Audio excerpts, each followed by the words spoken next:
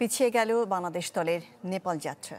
বাংলাদেশ বিমানের ফ্লাইট জটিলতায় সন্ধ্যা ৭টায় রওনা দেবে দল। দুই প্রীতি ম্যাচ খেলতে যাওয়ার আগে আবারও জয়ের লক্ষ্যের কথা জানিয়ে গেছেন কোচ অধিনায়ক।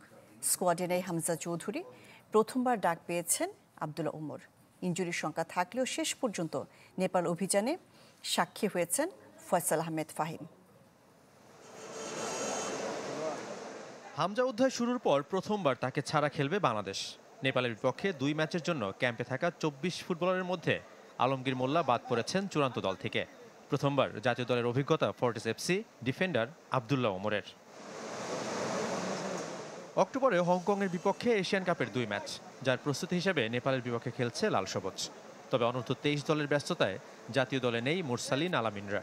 হামজাকেও মিস করছে দল। হামজার সাথে আলাপ করছি, তো হামজা একটা স্মল ইনজুরি পাইছে, বাট উনি আমাকে বলছে এটা নট সিরিয়াস, বাট হংকংয়ের সাথে উনি আসবে। প্রায় এক মাসের ক্যাম্পে কিংস ফুটবলারদের হেড কোচ পেয়েছেন মাত্র 2 সেশন। অপ্রাপ্তির মাঝেও জয় ছাড়া কোনো ভাবনা নেই কোচের। আর অধিনায়কের চাওয়া ফুটবলারদের মাঝে আরও বোঝাপড়া। কিংস ফুটবলাররা ফিট, যা আমাদের সবচেয়ে বেশি চিন্তার কারণ ছিল। আমার মনে হয় অনেক ফুটবলার না থাকায় নতুনদের প্রমাণের মঞ্চই দুই ম্যাচ। তবে হংকং আমাদের প্রধান লক্ষ্য। অনেক প্লেয়ার নাই, সো আরও কিছু প্র্যাকটিস সেশন দরকার, যেটা আমি মনে করি, কারণ ফুল স্কোয়াডে থাকলে এটা সবচেয়ে বেস্ট। স্কোরিংয়ে দুর্বলতা চিরাচরিত সমস্যা বাংলাদেশের।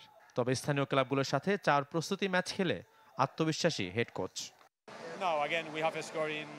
ক্লাবগুলোর সাথে 4 ম্যাচে 6 গোল করেছি, এটা ভালো।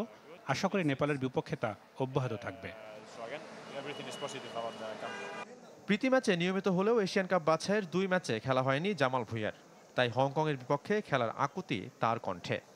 রিয়ালিটি আমরা এখনো 3 পয়েন্ট পাই না এশিয়ান এই গ্রুপে, সো অফকোর্স আমি কোচকে বলছি আমি খেলতে চাই। 6 সেপ্টেম্বর প্রথম ম্যাচের আগে কাঠমান্ডুতে 2 সেশন অনুশীলনের সুযোগ পাবে বাংলাদেশ দল।